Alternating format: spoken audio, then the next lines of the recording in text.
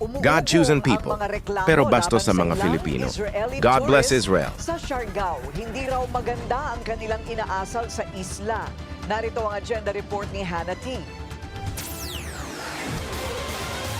Masyadong disrespectful ang ilang Israeli tourists sa Siargao. Yan ang reklamo ng mga lokal doon matapos ang di umano'y harassment at discrimination na naranasan nila sa mga nasabing turista. Ang ilang miyembro ng LGBTQ+ community nakaranas pa raw ng verbal harassment na umabot pa sa aggressive action gaya ng pamamato sa mga trans women doon. Sa ngayoy deleted ng Facebook post, sinabi ng isang concerned citizen na grabe ang harassment na dinanas nila at imbis na mag-sorry ang mga Israeli, lalo pa raw nito pinalala ang sitwasyon. Maging business owners, nagreklamo rin daw sa mistreatment nila sa mga staff na anyay balakid sa kanilang operations. Nagbibigay kasi ng false negative reviews ang mga nasabing turista online kapag kinakausap daw sila.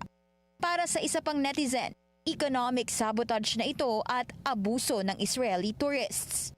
Sinubukan ng Bilyonaryo News Channel kumuha ng pahayag mula sa Israeli Embassy pero hindi raw muna sila magbibigay ng panig. Una na ring nagbigay ng pahayag ang isa pang lokal sa Siargao na si Maria Tokong.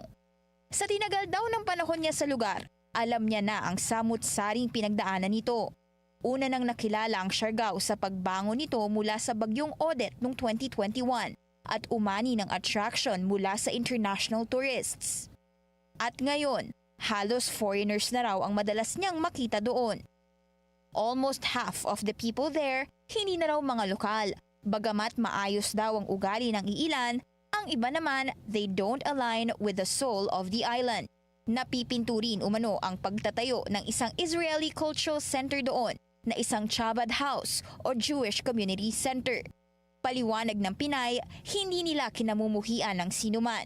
Pero kapansin-pansin na raw ang cultural insensitivity at nakawitness na rin sila ng growing Israeli travelers na mula sa military service.